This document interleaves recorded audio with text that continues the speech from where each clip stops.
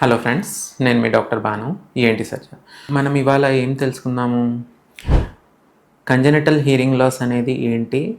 అది ఇంప్రూవ్ అయ్యే ఛాన్స్ ఉంటుందా? లేకపోతే ఇంకా డ్యామేజ్ అయ్యే ఛాన్స్ ఉంటుందా? అలాగే ఉంటుందా? ఓకే. సో, పుట్టిన పిల్లలకి హియరింగ్ లాస్ అనేది ఉండే అవకాశం ఉంటుంది. సో, దీన్ని మనం కంజెనిటల్ హియరింగ్ లాస్ అంటాం. సో, ఇటువంటివి మనం అబ్జర్వ్ చేసి కంపల్సరీగా స్క్రీనింగ్ అనేది చేసుకోవాల్సి వస్తుంది ప్రతి పుట్టిన బేబీస్‌కి. సో, అలా తెలుసుకున్నప్పుడు దాంట్లో హియరింగ్ లాస్ ఉంది అని వస్తే, అది ఎటువంటి హియరింగ్ లాస్ అనేది తెలుసుకోవాలి.